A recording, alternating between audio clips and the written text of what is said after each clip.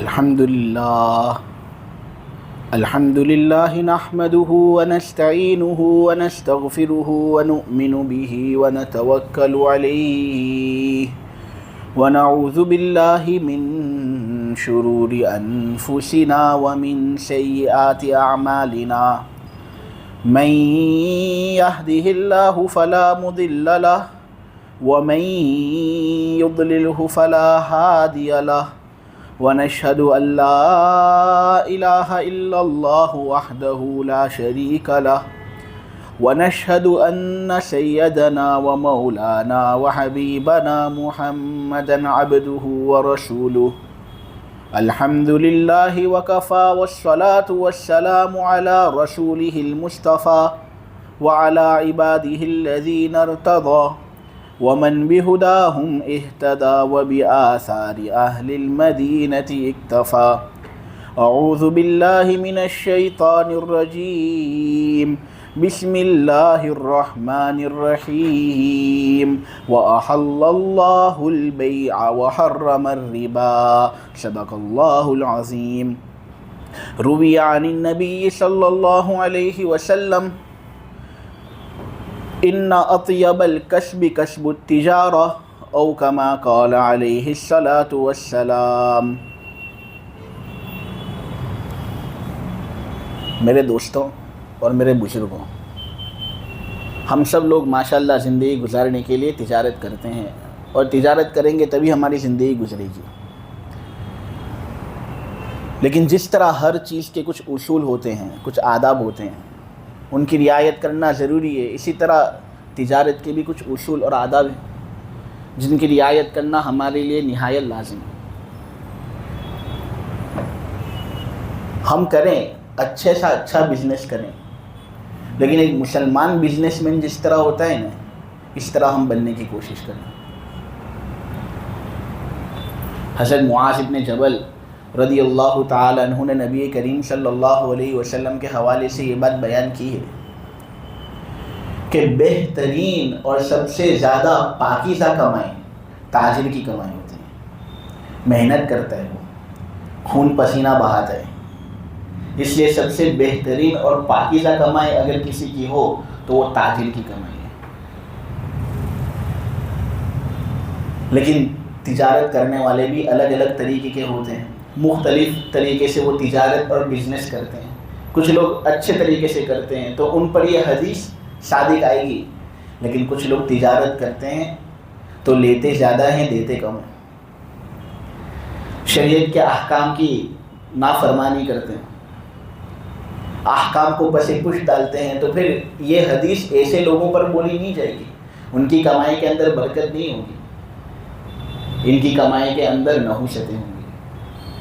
اسی حدیث کو جب ہم کچھ اور پڑھتے ہیں تو اللہ کے نبی صلی اللہ علیہ وسلم فرماتے ہیں بہترین کمائی تاجر کی کمائی ہے.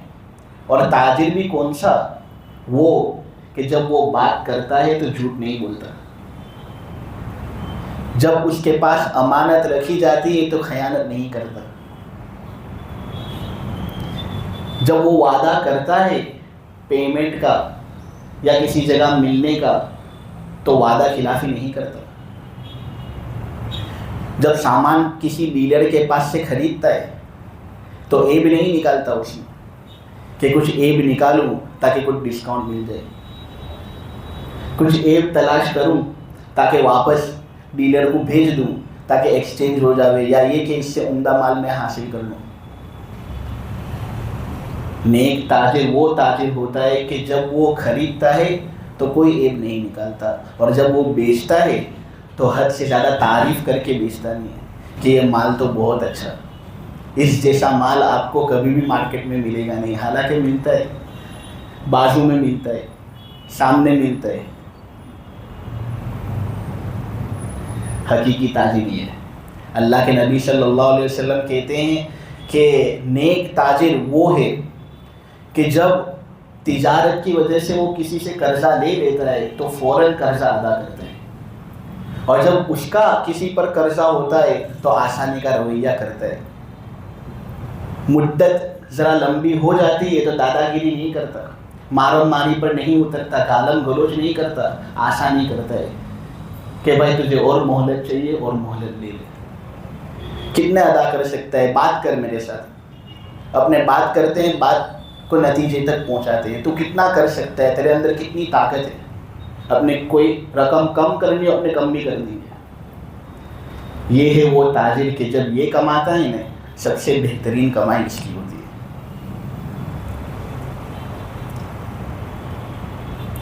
جھوٹ، فریب، اس سے ہماری تجارت کے اندر جو مال حاصل ہوتا ہے اس کی برکتیں ختم ہو جاتی ہیں۔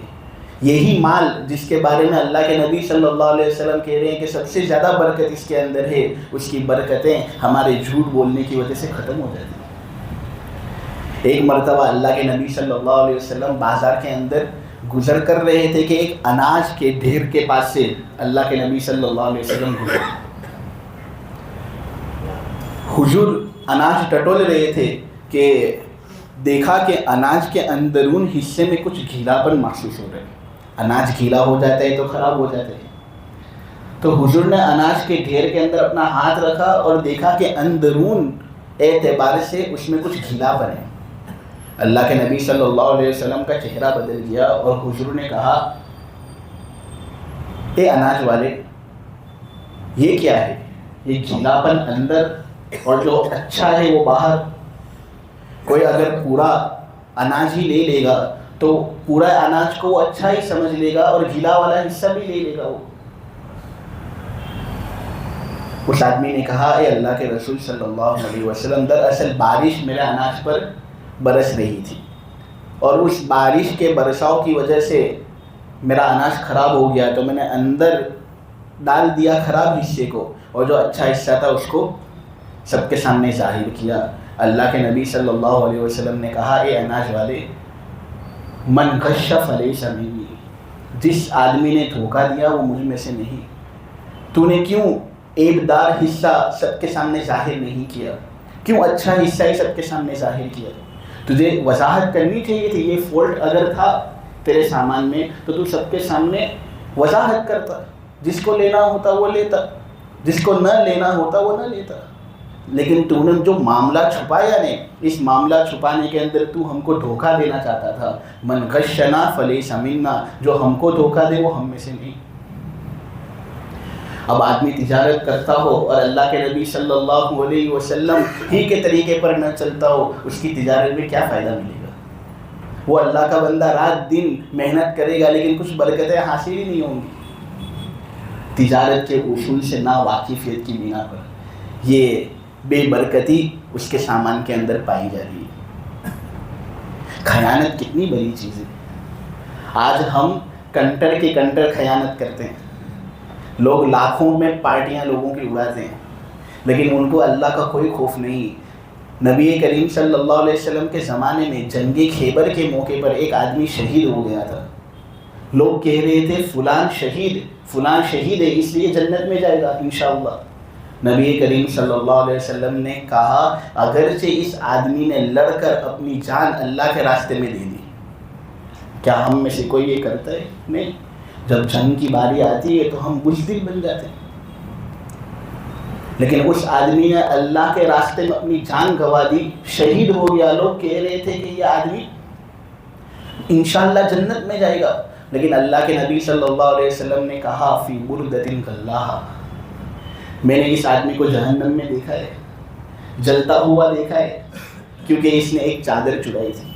ایک چادر، یہ اتنی معمولی چادر اس نے چڑھائی تھی، اس وجہ سے اس کی شہادت بھی اس کو جہنم کی آگ سے بچا نہ سکی۔ آج ہم لوگوں کے لاکھوں اڑا لیتے ہیں، کروڑ اڑا لیتے ہیں، حج عمرہ کرتے ہیں، یہ سمجھتے ہیں کہ ہمارے حج عمرہ ہم کو اللہ کے عذاب سے بچائے گا۔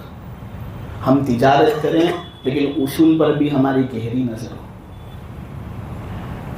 اصول پر بھی ہماری گہری نظر ہو۔ ویسے تو جانور بھی بہت اچھا کما کر لے آتا ہے، شیر، ٹائیگر، یہ لوگ جب شکار کرتے ہیں تو اچھا سے اچھا شکار کر لیتے ہیں، لیکن اگر ہم بھی اسی طریقے سے مال کماتے ہیں کہ سامنے والے کی کوئی رعایت نہیں، تو معاف کرنا میرے عزیزوں، ہمارے اور جانوروں کے درمیان کیا فرق باقی رہے گا؟ کیا فرق باقی رہے گا؟ اللہ نے عقل سلیم دی ہے، اس کا سوال ہوگا۔ کہ میں نے تو تمہیں اسلام دیا تھا، میں نے تمہیں قرآن دیا تھا، محمد صلی اللہ علیہ وسلم کی شریعت دی تھی، لیکن پھر بھی غلطی تمہارے سامنے واضح تھی، عقل بھی تھی کہ تمہیں وہ آمادہ کرتی کہ اس غلطی سے بچو، لیکن پھر بھی کسی کا ڈر نہیں، اللہ کا ڈر نہیں، محمد صلی اللہ علیہ وسلم کا ڈر نہیں۔ رات دن محنتیں ہوگی لیکن کچھ کمائی نہیں ہوگی۔ اللہ اس سے ہماری حفاظت کرے۔ عبداللہ ابن مسعود رضی اللہ تعالیٰ عنہ کی ایک روایت ہے، صحیح روایت ہے، جس میں اللہ کے نبی صلی اللہ علیہ وسلم نے یہ بات کہی کہ یقین جانو سچائی یہ نیکی کی طرف آدمی کو لے جاتی ہے اور نیکی آدمی کو جنت کی طرف لے جائے گا۔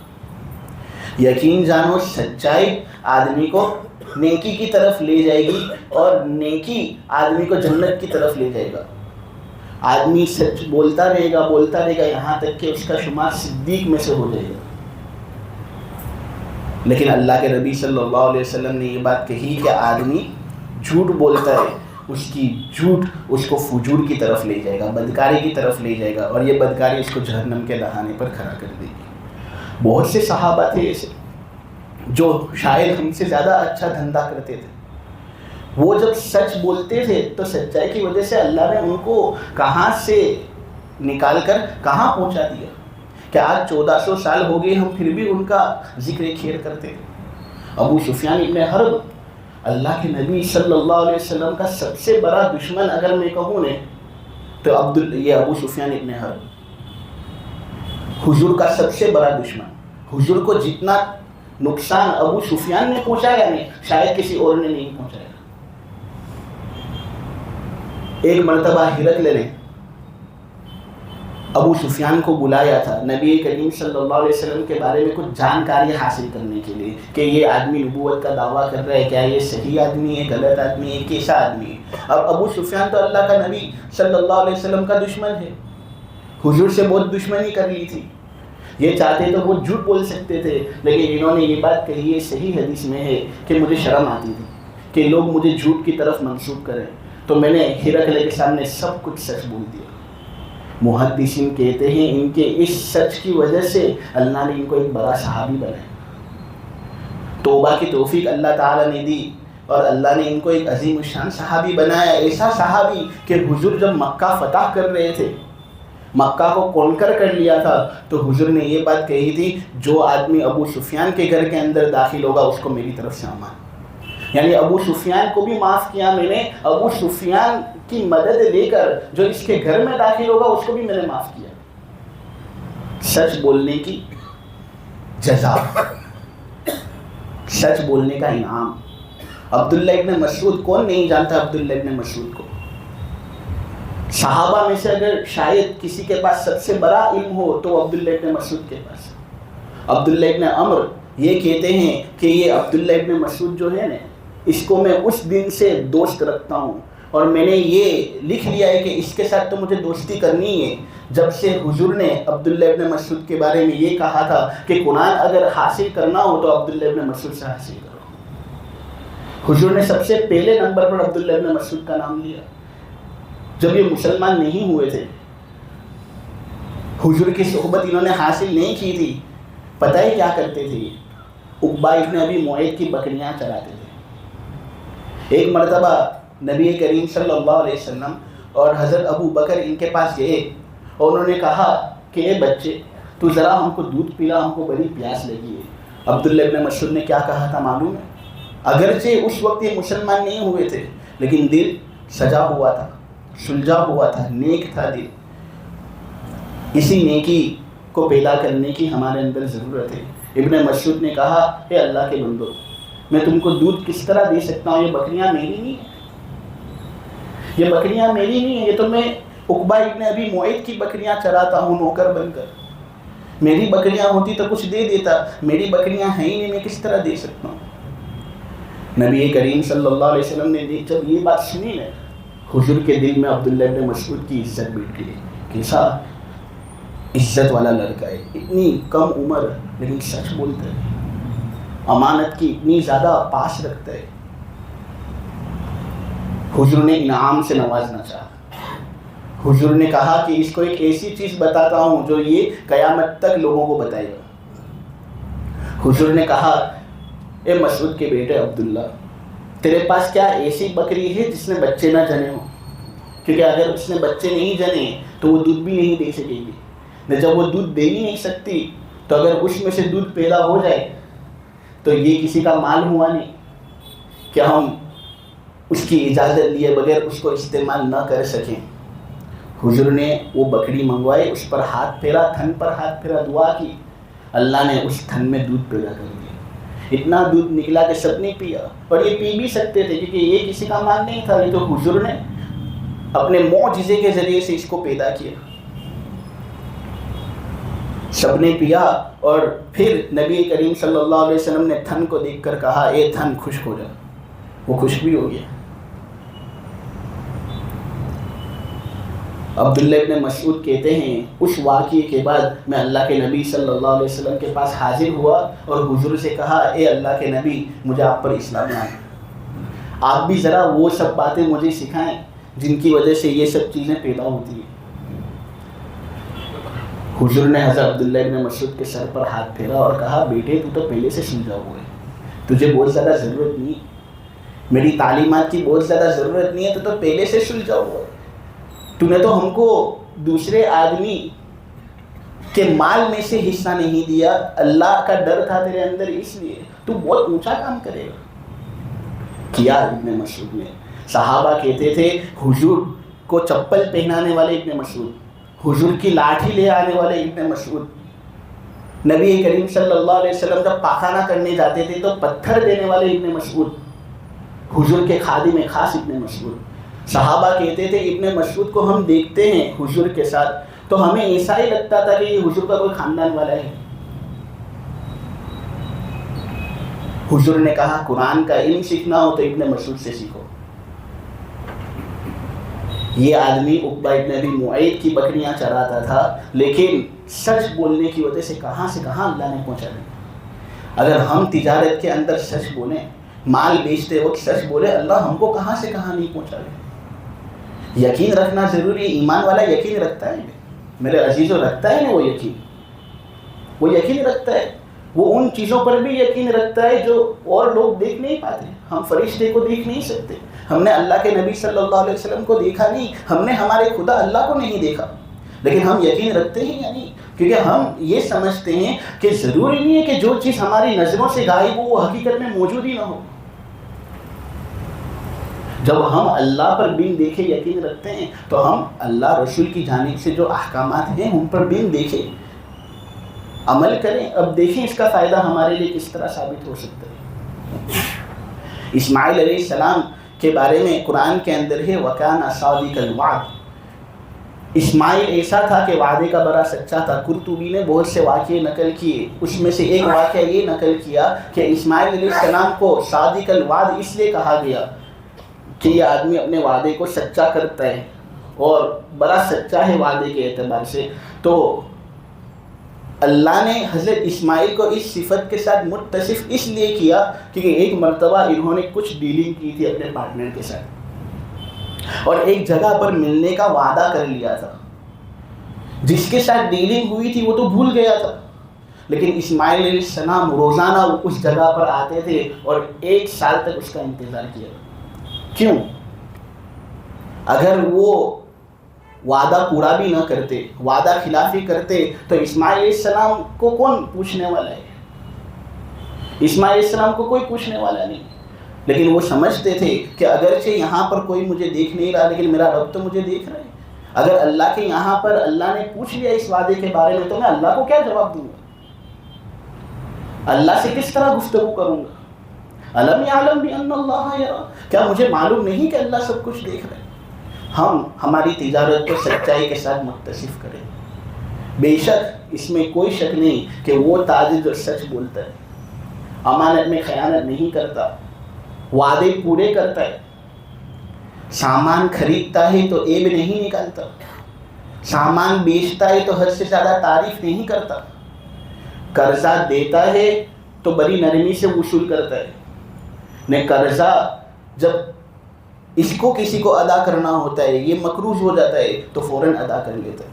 یہ آدمی حقیقت میں تاجر ہے، اور اس کے بارے میں اللہ کے نبی صلی اللہ علیہ وسلم نے کہا ہے یقیناً بہترین کمائی تاجر کی کمائی ہوتی ہے۔ اللہ تبارک و تعالیٰ کہنے کو قبول فرمائے، سننے کو قبول فرمائے، عمل کی توفیق عطا فرمائے۔